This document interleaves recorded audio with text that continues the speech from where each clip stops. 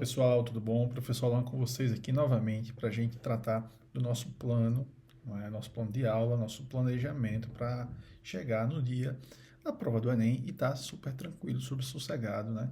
Em relação ao que vamos estudar, tá? É preciso que você assista às outras aulas, aos outros vídeos, para que você chegue aqui com uma formação completa. Não adianta pular, tá? A gente já teve 2 vídeos antes, não adianta você pular já para esse, tá? Então vamos com calma, uma coisa de cada vez. Vamos tratar hoje por dentro do conteúdo. A gente viu que dos assuntos mais cobrados na prova do Enem é aritmética, depois geometria e por último álgebra, tá? Agora a gente vai ver dentro desses tópicos o que é mais cobrado para a gente poder, a partir de então, direcionar o estudo, o seu estudo, né, sempre de maneira muito inteligente, na medida certa, para você tirar sua nota acima de 850 pontos, sem sacrifício, tá? Tem que estudar? Tem, não é milagre, mas é sem sacrifício.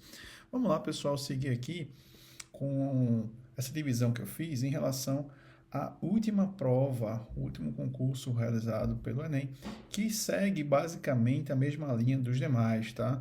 O Enem ele mantém um perfil muito idêntico, muito parecido de questões de um ano para o outro, não difere muito, né? As últimas 5, 10, 15, 20 provas do Enem da última de 2022, tá?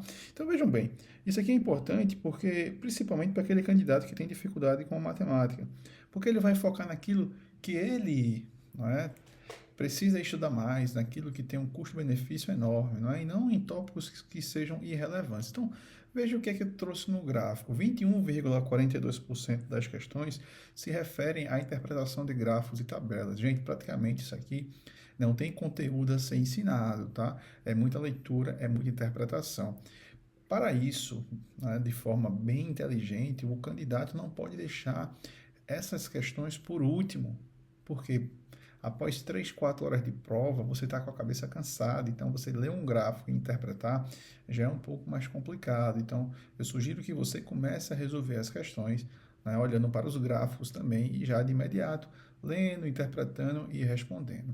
Após esse percentual altíssimo, essa incidência altíssima desse tópico, que é a interpretação de gráfico e tabelas, que não deixa de estar ali em estatística, né, que é tratamento de informação, a gente tem um assunto bastante relevante também, que é porcentagem. Né? Basicamente, o que cai de porcentagem não é relacionado à fórmula, né? Você não precisa decorar, memorizar a fórmula. Também, muito parecido com o tópico de interpretação de gráficos e tabelas, a gente tem aí bastante interpretação para fazer. Tá? As contas são geralmente pequenas, ou a gente tem muita interpretação para ser feita nessas questões de porcentagem. É um tema bastante relevante para a nossa prova. Depois, gente, operações aritméticas. Alan, o que são operações aritméticas? São operações com números, multiplicação, divisão, né, adição, subtração, comparação entre situações, qual é a que é mais eficiente, qual é a que é menos custosa. Ele geralmente dá uma tabelinha também para você comparar 5 situações e marcar qual é a melhor, qual é a pior, tá? Então, operações aritméticas envolvem também cálculo de MMC, de MDC, tudo isso aí, média aritmética simples, ponderada, são questões fáceis. Basicamente, você vê aqui, ó, gente, quando a gente soma esses 3 tópicos, né, a gente tem mais do que 50% da prova, sem precisar memorizar a fórmula. Tá? Seguindo aqui a escadinha, geometria espacial com 12,86%, e o assunto campeão da geometria espacial é cilindro. Esse assunto aqui, ó, junto com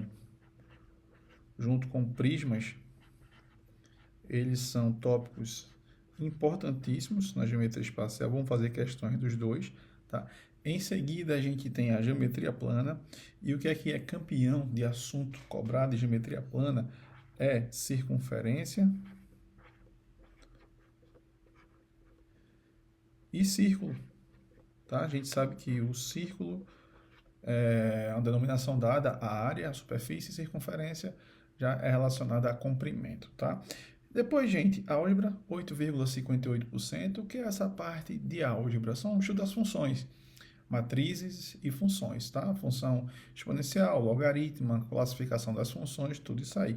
Então, é um tópico cuja incidência ela é relativamente baixa.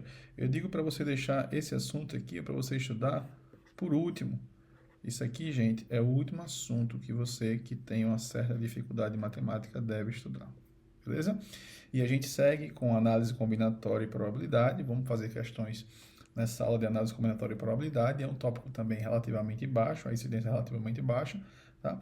E aqui, por último, razão, proporção e regra de 3.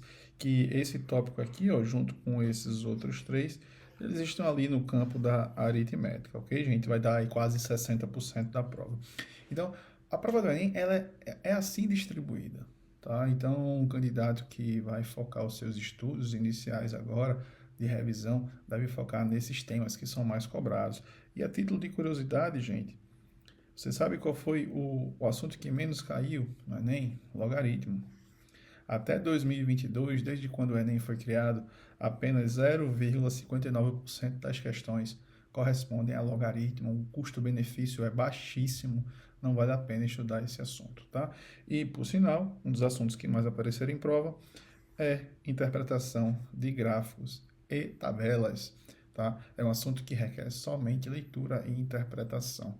Há pouco conteúdo para se explicar sobre isso, por isso que a gente deve, né, junto com geometria plana espacial, começar as questões por esse tópico, porque a cabeça está boa naquele momento inicial da prova, tá? Isso é um ponto importantíssimo para você começar a sua prova, tranquilo? E planejar seus estudos. E é isso, gente. Nesse bloco aqui, nesse vídeo, a gente deu a ideia para você do que você precisa estudar na divisão da matemática para o Enem, tá? Vamos sempre seguir o planejamento para você ser aprovado, tá? Vamos seguir o que a gente está fazendo aqui, porque vai ficar fácil. Um grande abraço e nosso próximo encontro.